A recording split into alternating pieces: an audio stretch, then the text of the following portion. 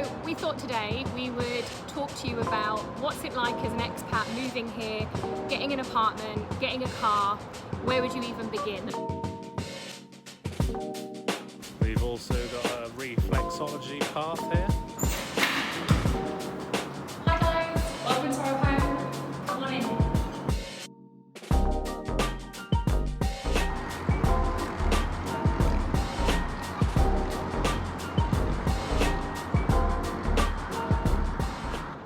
Hi everyone, so here we are on the top of our condo, up on the sky dining area. As you can see behind us is the Petronas Towers.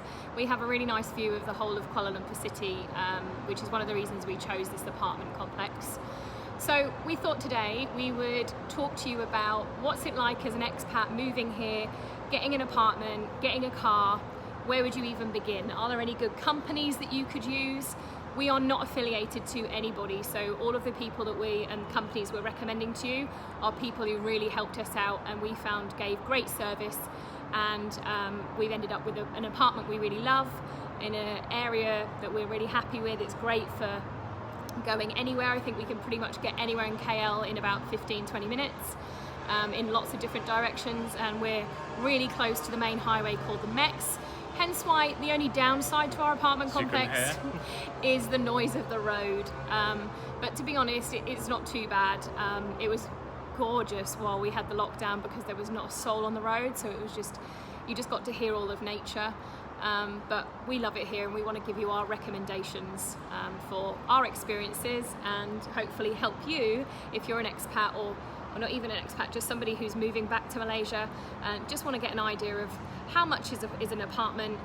We're in a condo complex. We wanted to do it for the pool and having access to a gym, but there's lots of people we know who are in houses, lots of 3-story houses, some with their own pools, some not. So there's lots of choice here and prices are really reasonable. So we're going to talk to you about that, give you a tour of our condo, and also we'll talk you through how we went about getting our car.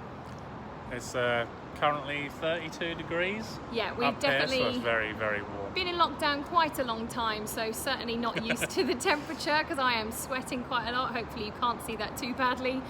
But we hope you enjoy our video and we hope you find it useful. Please ask us any questions, any comments in the bottom, and we'll do our best to answer your questions. So I hope you enjoy our video and enjoy seeing our apartment, seeing our condo complex, and finding out how we went about getting a car.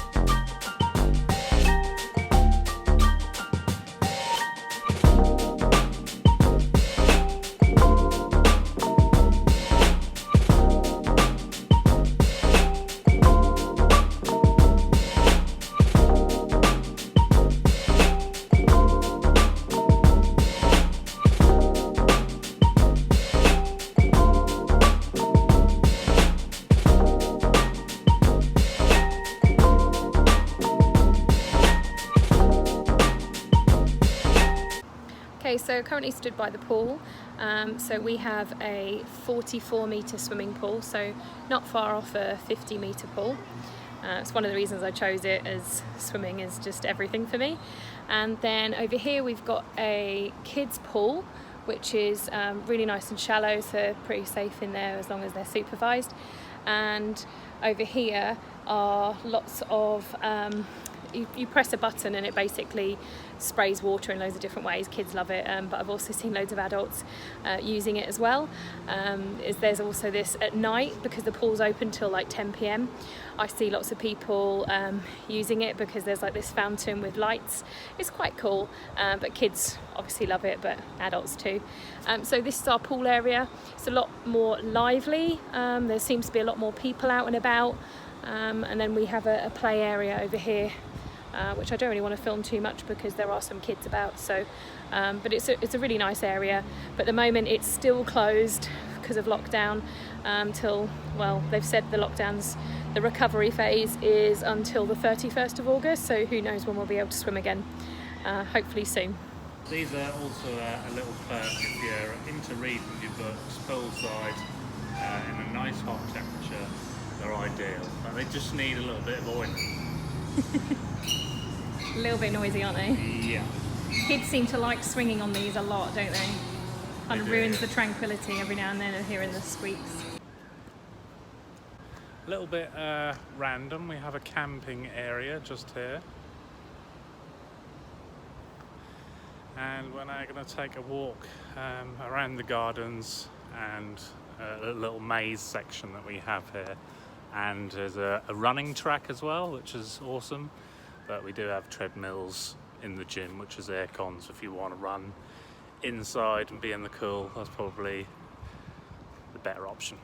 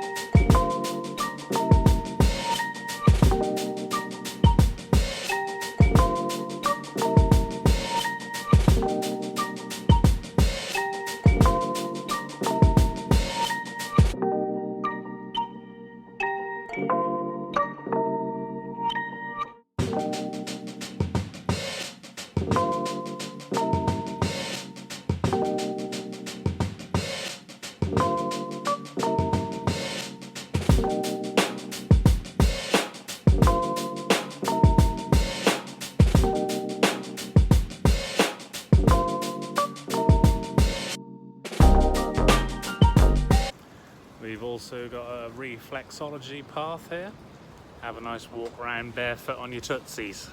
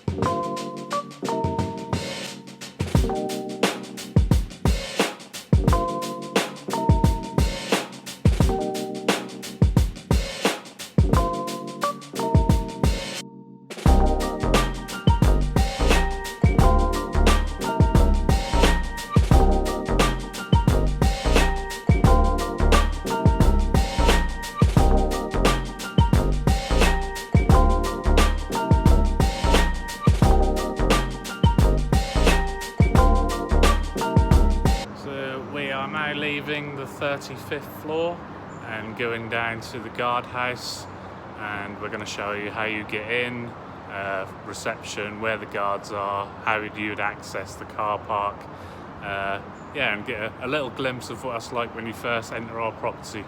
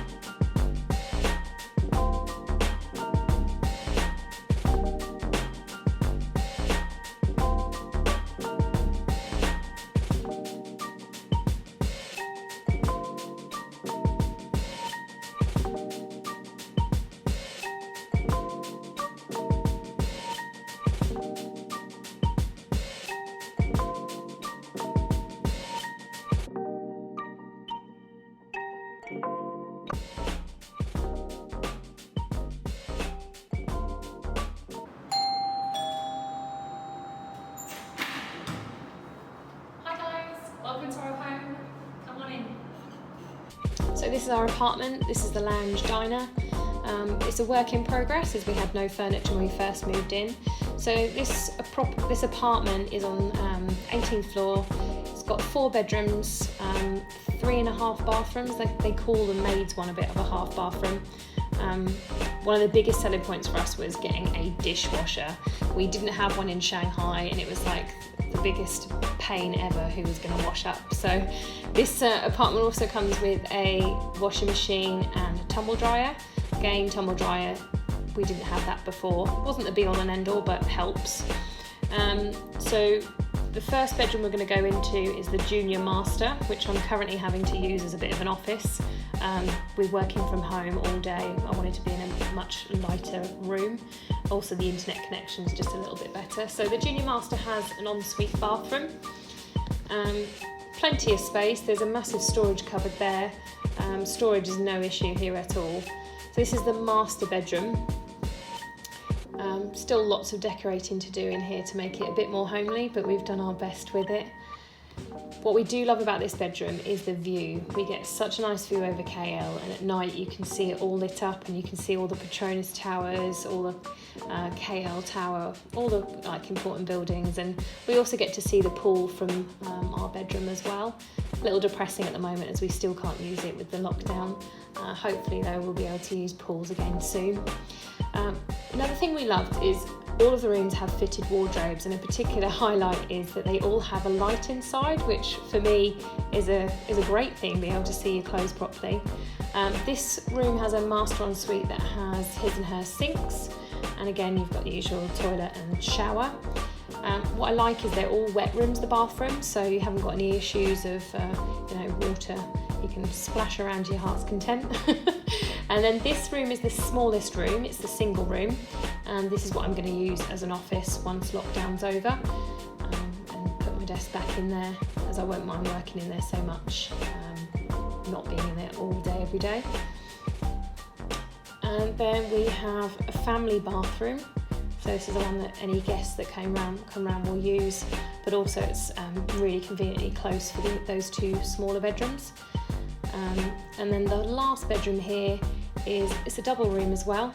I forgot there's a mattress behind the door, so couldn't really get in. And again, you've got fitted wardrobes, and we've got a bed there ready to put up. Bit of not a great view from this room, but you do get some nice sunlight in there, and you can see the pool. We love it.